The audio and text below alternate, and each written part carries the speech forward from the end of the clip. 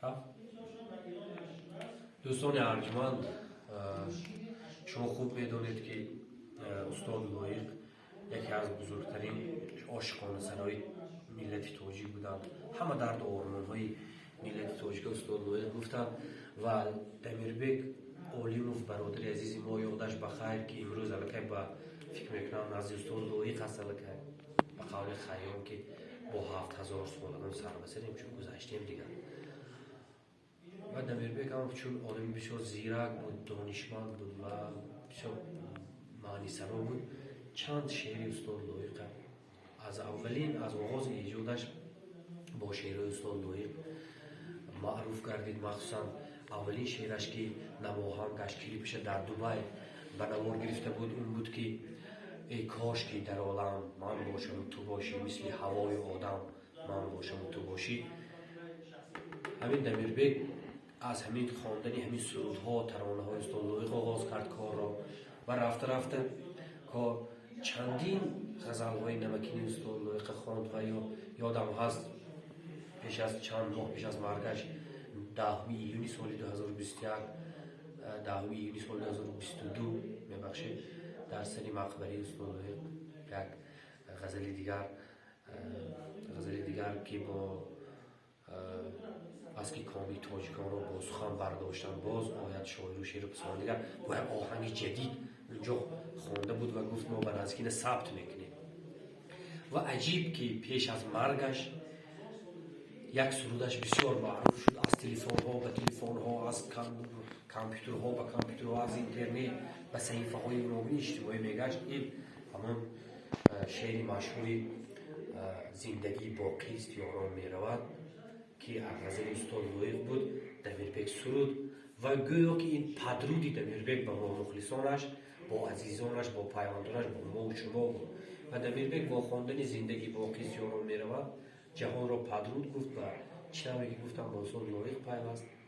تو گفتی صاحبی کون و مکانیم، تو گفتی ما زمین و آسمانیم، اگر ما مرده ها رو یاد ناریم بدون که مرده تر از مردگانیم.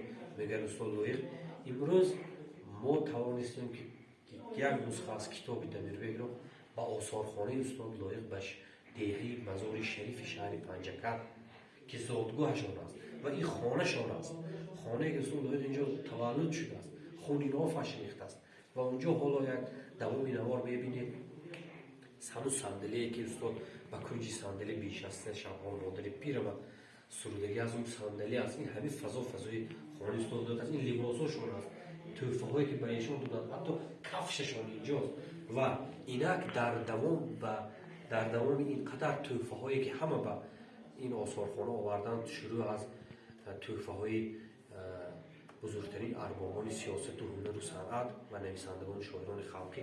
ما هم آهنگ کتابی که مخصوصی دمیربک هست و همه با یادبودی دمیربک بخشیده است آوردیم با آثارخانه و این را حالا با نماینده آثارخانه که اینجا یک بانوی هستند، عروسی خانواده استاد لایق، عروسی دادر استاد لایق باتر جان، حالا میسپریم. معلومه به شما با آثارخانه توفه این دمیربک خدا رحمتی دربارش کتاب کنیم و دمیربک میدونستید شما که دمیربک چندین غزل استاد لایق میخوند و آخران سرودش زندگی باقی است یاران میرود خواند و بعد صدمه شد. این ما به شما توفه آوردیم. بگذار در اینجا هر کسی که اومد یک برق بزند به بهانه استاد لایق دمیربک هم یاد شد.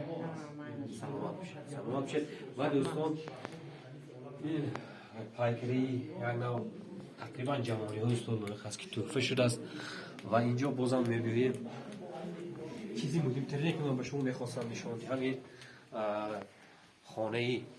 خانه کودکی استاد لایق است و اسماعیل جان بشین و این دوستان همون صندلی است که استاد لایق به کنجی صندلی بیشسته شبها مادری پیرم تو شاید جامعه دامادی میدوزی پسد نیت که روزی تو دیده در قدیمم بشکنی ارمان ببینی تا برنگی نو به حسن نوجوانیت.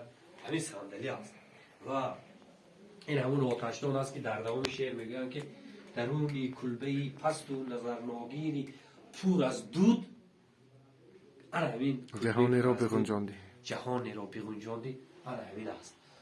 استاد لویق از همین جا برآمده رفته به بزرگی ها رسیدند و امروز شعرشان را از تاجیکستان تا افغانستان، از افغانستان تا ایران، از ایران تا امریکا و اون سوی اقیانوس فارسی زبان ها با دلشان قبول کرده هستند و می سرایند و استاد لویق نمیرنده هستند و خودشان بیهوده نگفتند که در ابتداشان همینجا بود. خودشان میگن که ابتدای من ده خردی مزار، انتهای من جهانی بیکنار. سلامت باشید.